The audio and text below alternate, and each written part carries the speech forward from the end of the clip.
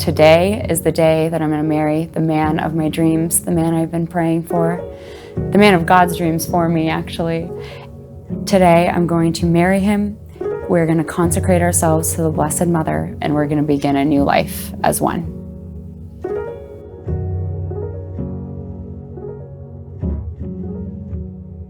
We found each other online on Catholic Match, and the day that we first started talking to each other, I was actually logging on to delete my profile that day. I had just, I thought, well, maybe I should, kind of take a break. And there she was. Sent her a message, not thinking that I'd really hear anything back, and then I did. And that was really the next special thing, is discovering all of these roots in the same places, values, being from Peoria. There were too many things in common to be explained by coincidence. It certainly wasn't that. After just a few times in meeting, he ended up writing me a letter about all of the reasons and ways that he felt like God was bringing him to me.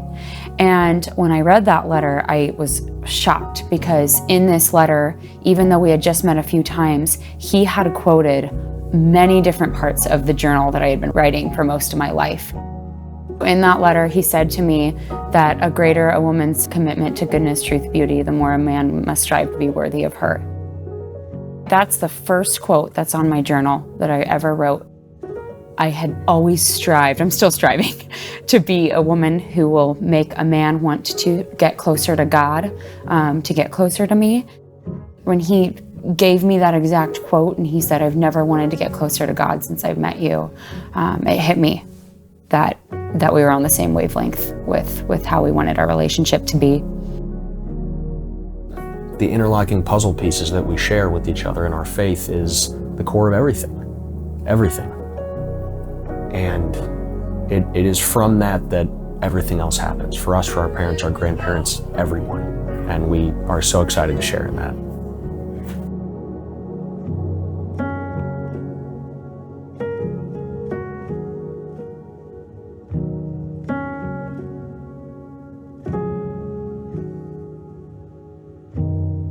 My grandfather actually said, ever since I was 3 years old, pray for your future spouse every day.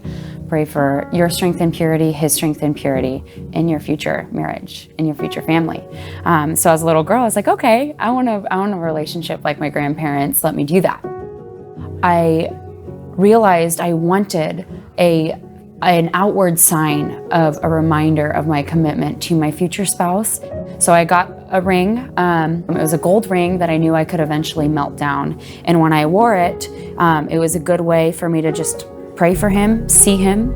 And what's been amazing is since we got engaged, I went with him to our local gold works in Half Moon Bay, and we melted it down. And then we actually got it here on this ring. So he'll always have it, and it'll always be ours together.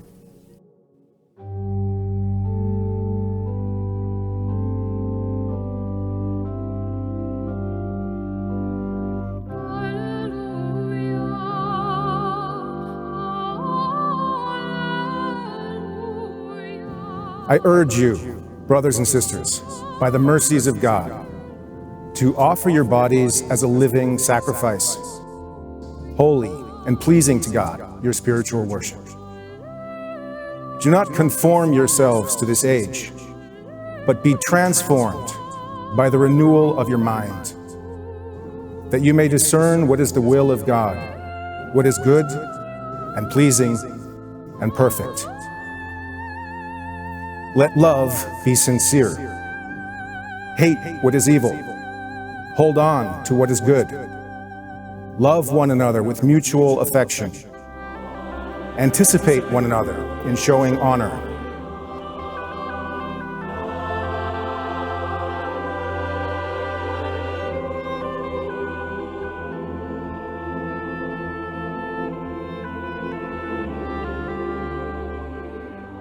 So we're consecrating ourselves to the Blessed Mother today at our wedding mass while we give her flowers.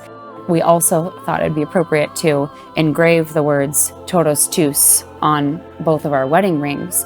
Totus Tuus means totally yours, but for us it kind of has a double meaning as well. We're giving ourselves totally totally to God on our wedding day today. We're giving ourselves totally to each other. This ring is now one. It's what he's wearing. I have Todos Juice on my ring as well.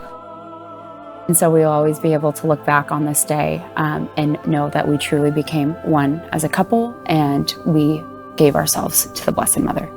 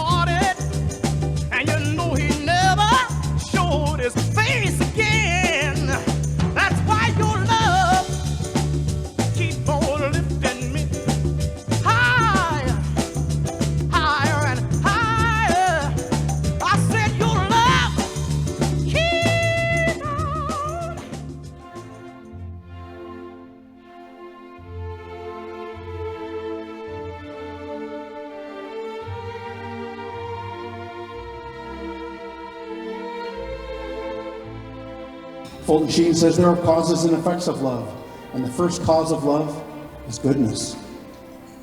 All love is produced by goodness.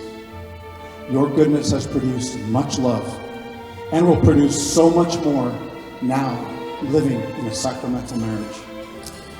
To Michael and Cosette's love, and as my father once said, may your home be filled with children. One of our biggest blessings that we come from a big family. Michael was born sixth in line, but he was also the fourth boy. We always knew we were there for each other. We always knew we had 6 best friends who would stick up for you, would help you with that paper, would go out to the backyard for some 2-on-2 baseball. Small in stature, like her namesake, which means little thing in French, Cosette's impact on the world has been far from small. As a natural-born leader, the oldest out of 10 kids, 8 being brothers, being an older sister has very much shaped the person that Cosette is today. We've prayed our whole lives for each other. Our parents have prayed their entire lives for our vocations, for us meeting our spouse. Generations of prayer and sacrifice for us, just seeds planted before we were even born, just makes today feel like a dream come true. It's such a feeling of just standing on the edge of something so wonderful that you've been brought to by God.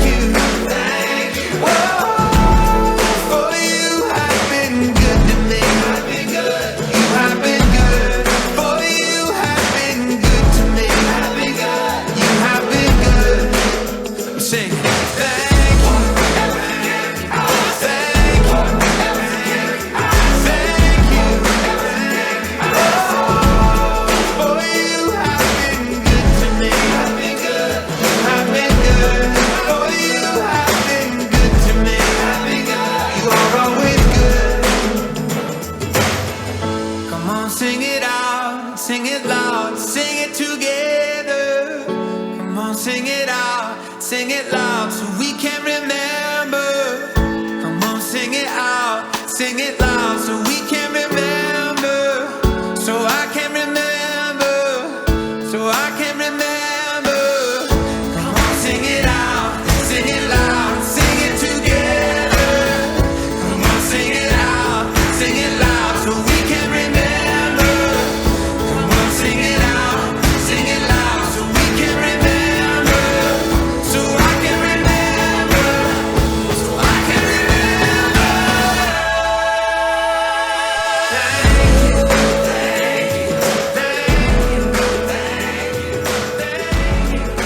To Cosette,